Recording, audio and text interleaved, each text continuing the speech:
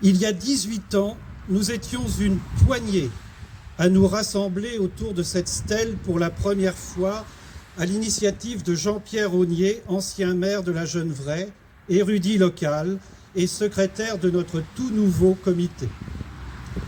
Que de chemins parcourus au fil des ans, que de fidèles, que d'illustres personnages faisant régulièrement le déplacement, y compris spontanément lors de la Covid, car nous n'avions pas alors souhaité envoyer d'invitation du fait de la situation sanitaire.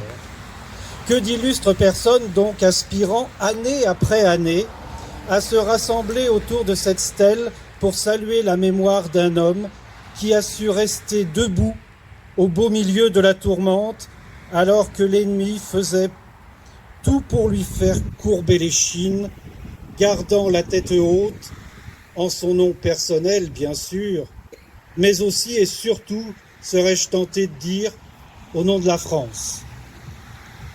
En effet, la France n'était pas un vain mot pour Georges Mandel. La France était un idéal, son idéal.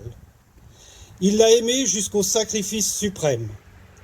Et comme souvent, le temps a oublié de se souvenir, a oublié d'être reconnaissant, laissant le premier résistant de France sombrer dans l'oubli.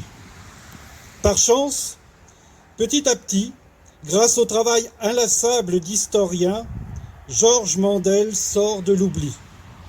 Grâce à des gens comme vous, Monsieur Mordac, dont l'ouvrage remarquable qui vient de paraître nous apporte un éclairage sur l'abnégation dont fit preuve ce ministre de la République. En prenant le titre de ministre dans son acception latine, bien sûr, serviteur de la République en l'occurrence, car c'est bien ainsi qu'il envisagea chacun de ses mandats. Alors ce soir, c'est avec davantage de sérénité qu'il y a quelques années encore que nous pouvons regarder vers l'avenir en ce qui concerne la mémoire de votre beau-père, Monsieur Kleinertz, cher Wolfgang, car nous sommes de moins en moins seuls à œuvrer pour la mémoire de cet homme qui a eu le courage de dire non et qui doit rester un exemple pour nos jeunes générations. L'année prochaine, comme cette année, nous commémorerons l'assassinat de Georges Mandel.